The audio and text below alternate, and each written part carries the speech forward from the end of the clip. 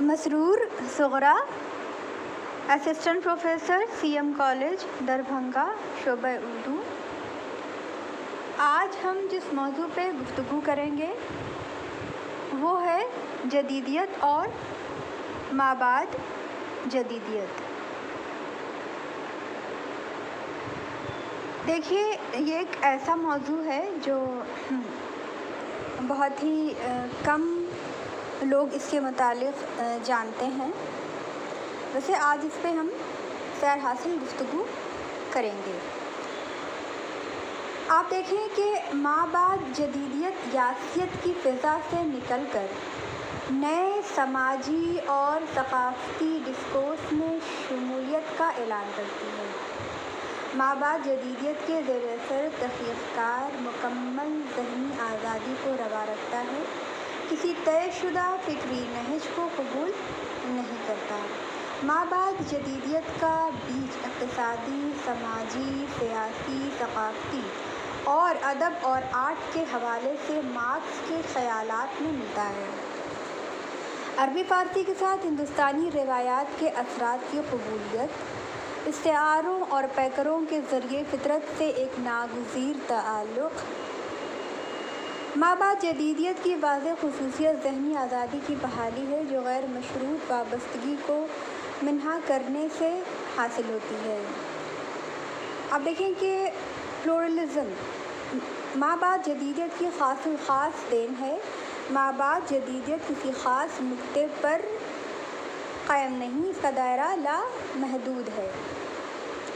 نیز سماجی آگاہی کے ساتھ ساتھ وجدانی اور نفسیاتی تجربات کی رنگا رنگی کی پیشکش بھی کرتا ہے۔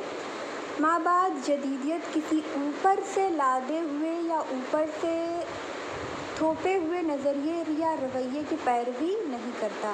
مابعد جدیدیت میں حقیقت نگاری بھی ہے اور تجرید و علامت بھی، اساطیر بھی اور فنٹاسی بھی اور سریت کے اثرات بھی ہیں۔ مابعد جدیدیت انحراف ہی کا نہیں، انجذاب کا بھی نام ہے۔ تہذیب اور ثقافت کے رشتے کی مضبوطی بھی ہے۔ مابعد جدیدیت بین المتنوعیت کو اور ایک متن پر دوسرے متن کی تخلیق کے رجحان کو اہمیت دیتی ہے۔ معنی کی مرکزیت یا ادبی معیاروں کی فوقیت سے انکار کرتی ہے۔ نیز جڑوں کی تلاش اور تہذیبی حوالوں کی اہمیت کا احساس دلاتی ہے۔ ان کے علاوہ کچھ اور نکات بھی ضرور ہوں گے، مگر جو قابل ذکر نکات مجھے نظر آئے میں نے اس کی نشاندہی کی۔ آپ نے محسوس کیا ہوگا کہ ان میں تکرار ہے، ایک ہی بات کو مختلف پیراؤں میں پیش کیا گیا ہے۔ بعض باتیں مثلاً ہندوستانی روایات کے اثرات کی قبولیت یا فطرت کے اثرات قبول کرنے کا رویہ یا سماجی آگاہی کے ساتھ ساتھ وجدانی اور معاشرتی تجربات کی رنگا رنگی کی پیشکش، یہ سب باتیں تو مابعد جدیدیت کے دور سے پہلے ہی اردو ادب میں داخل ہو گئی تھیں۔ البتہ جو باتیں کسی نہ کسی حد تک مابعد جدیدیت سے ہم رشتہ ہیں وہ میں نے نکات سے اخذ کر لی ہیں۔ مثلاً ثقافتی ڈسکورس کی ابتدا اور جڑوں کی تلاش کا مسئلہ، غیر مشروط وابستگی سے انحراف، انجذاب، ڈسکورس کے دائرے کی لامحدودیت، ایک متن پر دوسرے متن کی تخلیق، پلورلزم، معنی کی مرکزیت سے انحراف۔ آئیے دیکھنے کی ہم یہ کوشش کرتے ہیں کہ ان میں سے کس نقطے کا مابعد جدیدیت سے تعلق ہے اور کس کا ہائی ماڈرنزم سے اور کس کا جدیدیت سے تعلق ہے۔ ہمارے ہاں ثقافتی ڈسکورس اور جڑوں کی تلاش کا مسئلہ چھٹی دہائی کی ابتدا میں سامنے آیا، جو مابعد جدیدیت سے پہلے کا دور ہے۔ بالخصوص پاکستان میں جڑوں کی تلاش کا مسئلہ اور ثقافتی پس منظر کو ابھارنے کا عمل اس دہائی میں شائع ہونے والی دو کتابوں یعنی آگ کا دریا اور اردو شاعری کا مزاج میں نمایاں ہوا۔ متفرق مضامین کی حد تک بہت سے ادبا اور شعراء نے ثقافتی جڑوں کی اہمیت کا احساس بھی اس دور میں دلایا۔ بعض نے اردو ادب کی جڑوں کو برصغیر میں مسلمانوں کی آمد سے، مگر بعض نے مزید نیچے اتر کر وادی سندھ کی قدیم تہذیب سے جڑا ہوا پایا۔ بحیثیت مجموعی ان ادبا کا رویہ عمودی اور مغرب میں عمودی تھا۔ اب دیکھیں کہ مغرب میں نارتھ روپ فرائی نے ساتیری فضا کے اندر جھانکا اور لیوی اسٹراس نے بھی اس کی لسانی تھیوری کی روشنی میں اساطیر کی رنگا رنگی اور تنوع کے اندر ایک بے حد قدیم مہا اسطور کو کار فرما پایا۔ اس کی حیثیت لونگ کی سی تھی۔ پس منظر میں ہمیں فرائڈ اور یونگ کی نفسیات بھی نظر آتی ہیں۔ یہ وہ لوگ تھے جنہوں نے شعور کے عقب یا بطون میں لاشعور، فرائڈ اور اجتماعی لاشعور، یونگ کی نشاندہی کی۔ ساختیات نے جب شعریات کا ذکر کیا تو تخلیق کے اعماق میں ثقافتی خطوط سے عبارت ادبی مواد کی انٹرٹیکسچوالٹی کو موضوع بنایا۔ یہ سب کچھ مابعد جدیدیت سے پہلے ہوا۔ مغرب میں مابعد جدیدیت کا آغاز 7ویں دہائی میں ہوا، جبکہ یہ کہنا چاہیے کہ 6ٹھی دہائی کے آخری سالوں میں ہوا۔ ہمارے ہاں یہ نظریہ عام ہے اور اردو میں اس کی ابتدا 1980 کے قریب ہوئی۔ دوسرا نکتہ غیر مشروط وابستگی سے انحراف کا ہے، جسے مابعد جدیدیت کا امتیازی وصف قرار دیا گیا ہے۔ اس ضمن میں کچھ سوچ بچار اگر ہم کر لیں تو زیادہ مناسب ہے۔ آپ دیکھیں کہ مغرب میں نئی تنقید کو نہ صرف وکٹورین رویے سے انحراف قرار دیا گیا تھا، بلکہ اس غیر مشروط وابستگی کا رد عمل بھی تصور کیا گیا تھا جو مارکسی نظریے کے تحت عام ہو رہی تھی۔ ہمارے ہاں 1935 کے لگ بھگ انگارے کی اشاعت اور اختر حسین رائے پوری کے مضمون سے غیر مشروط وابستگی کی ابتدا ہوئی۔ شروع میں اسے ایک جدید رویہ گردانا گیا اور مارکسی اور غیر مارکسی ادبا میں تفریق نہ کی گئی، مگر جب 1947 کے لگ بھگ مارکسی ادبا نے مارکسی نظریات سے غیر مشروط وابستگی کا کھلم کھلا اظہار کر کے ایک سیاسی رنگ اختیار کیا تو ادبا تقسیم ہو گئے۔ ترقی پسند تحریک کے مقابلے میں حلقہ ارباب ذوق فعال ہوا، جس کا اندازہ اور زاویہ نظر مغرب کی نئی تنقید سے ہم آہنگ تھا۔ نئی تنقید نے مارکسی اور نفسیاتی نظریات بلکہ ہر قسم کے خارجی اثرات کی دخل اندازی کے خلاف دیواریں کھڑی کیں، تخلیق کی خود مختاری اور آزادی پر زور دیا، اس کے انوکھے پن، مطلق العنانی، خود کفالت اور منظم اکائی ہونے کا ذکر کر کے اسے ایک آئیکون وربل کہا۔ وکٹورین دور میں مصنف کو تصنیف پر برتری حاصل تھی۔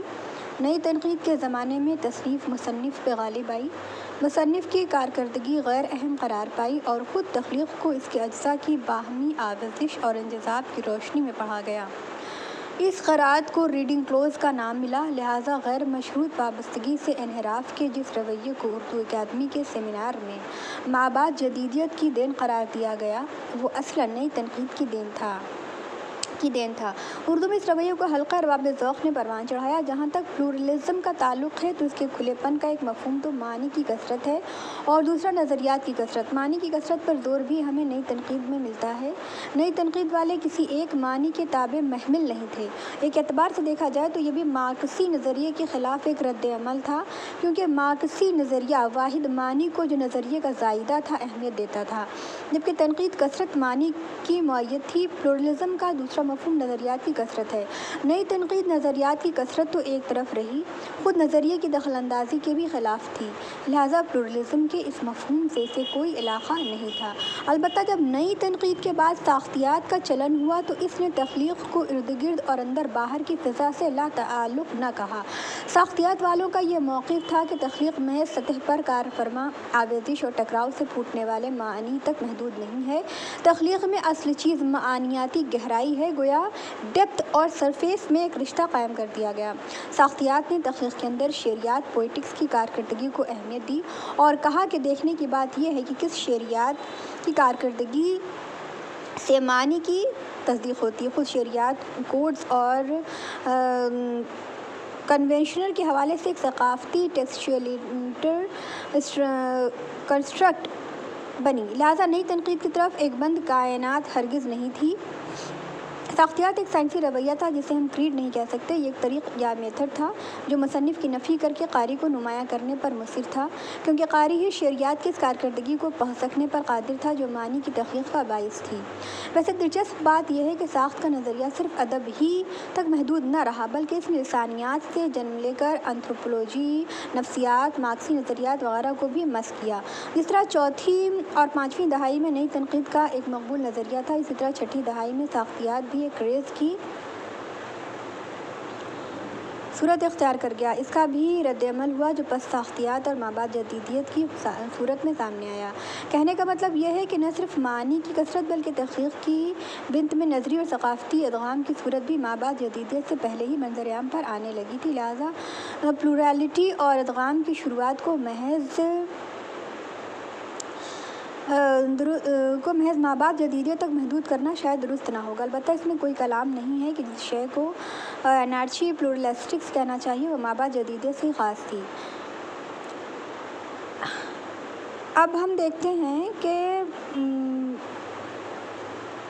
بہت ساری باتیں اس حوالے سے کی جا سکتی ہیں کہ ساختیات، آپ دیکھیے کہ اصل بات یہ ہے کہ تخلیق میں تین کردار حصہ لیتے ہیں: مصنف، متن اور قاری۔ مصنف تصنیف کے تعارفوں میں اسی طور رواں دواں ہوتا ہے جیسے لانگ پیرول کے اندر مصنف کو منہا کر دیں تو اس کا مطلب پیرول سے لانگ کو منہا قرار پائے۔ جہاں تک قاری کا تعلق ہے تو اس کا کام تخلیق کو کھول کر اسے اثرنو مرتب کر کے اس کی قلب ماہیت کرنا ہے، اور یہ اس کا ایک اہم رول ہے۔ خود متن بھی بعض اوقات مصنف کی گرفت سے نکل کر لمحہ بھر کے لیے مطلق العنان ہو جاتا ہے، گویا یہ تینوں کردار اپنا الگ الگ وجود رکھتے ہیں، تاہم تخلیق ان میں سے کسی ایک کی کارکردگی کا نتیجہ نہیں بلکہ ان کے انضمام بعض اوقات آویزش کی زائدہ ہے۔ مگر خیر تو یہ کہ ایک جملہ معترضہ تھا کہنا میں یہ چاہتی ہوں کہ متن پر ایک اور متن کی تخلیق کا مظاہرہ فقط مابعد جدیدیت کے دور میں نہیں ہوا، یہ اس سے پہلے ہی نظر آنے لگا تھا۔ اب آپ دیکھیں کہ جس طرح سے مابعد جدیدیت معنی کی مرکزیت اور ادبی معیاروں کی آفاقیت سے مکمل انکار کرتی ہے، تو میں سمجھتی ہوں کہ یہ واحد نکتہ تھا جو مابعد جدیدیت کے امتیازی اوصاف میں سے ایک ہے۔ دیگر بیشتر نکات کسی نہ کسی حد تک مابعد جدیدیت سے پہلے کے ادوار سے ہم رشتہ نظر آتے ہیں۔ اس مقام پر یہ ضروری محسوس ہوتا ہے کہ مابعد جدیدیت کے امتیازی پہلوؤں کی نشاندہی کر دی جائے۔ مابعد جدیدیت کے موضوع پر کئی سیمینار بھی منعقد کیے گئے ہیں۔ اب آئیے ہم دیکھتے ہیں کہ چھٹی دہائی کے آخری ایام میں مابعد جدیدیت کے دور کا آغاز ہوا جو پس ساختیات یعنی اسٹرکچرلزم پوسٹ کا دور تھا، اور یہ آغاز دریدہ کے اس مشہور مضمون سے ہوا جس میں اس نے مغربی فکر کے نظریے کو پوری طرح مسترد کر دیا تھا، لوگو سینٹرزم کو پوری طرح سے مسترد کر دیا تھا۔ لامرکزیت اس کا موقف تھا، اس نے آزاد کھیل یعنی پلے فری پر زور دیا، لیکن اس طرح کے آزاد کھیل پر نہیں جس کا ذکر کانٹ نے کیا تھا کہ وہ دنیا کے اندر ہو رہا ہے، یا دریدہ کا آزاد کھیل اصلاً دنیا کا آزاد کھیل تھا۔ اس نے مرکز کی آنٹولوجیکل بنیاد پر کاری ضرب لگائی اور فرق ڈیفنس کی اہمیت کا احساس دلایا۔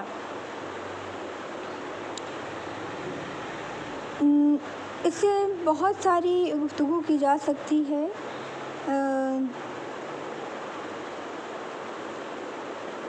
مابعد جدیدیت کیا ہے، اور تو اس کا ذکر کر دیا گیا ہے۔ تو جو جدیدیت ہے، جدیدیت کے بعد جو نظریہ قائم ہوا اسے ہم مابعد جدیدیت کے نام سے منسوب کرتے ہیں۔ پھر آئندہ اس سلسلے میں گفتگو کی جائے گی۔ ابھی اتنی ہی گفتگو، پھر جدیدیت کے حوالے سے گفتگو کی جائے گی انشاءاللہ۔